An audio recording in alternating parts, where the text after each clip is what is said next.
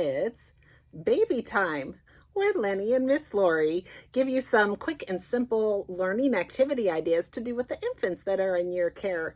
Today the theme is rolling and being out on the floor with your baby.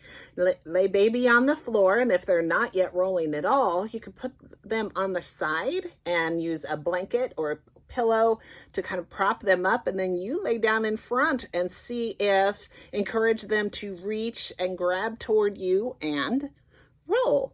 You can also just have them on their back and roll the baby back and forth.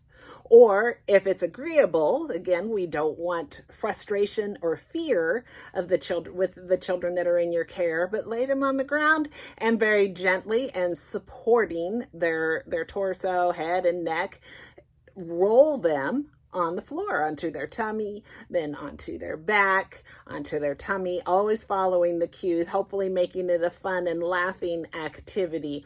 But when your child indicates that they're done with the activity, you would want to stop. Or you can also roll with your child. Lay down on the ground, put your infant on your chest, and roll with them. Of course, you don't put pressure on them. You would support yourself with your arms. You would be over your child at the times that they are around the bottom and gently roll up.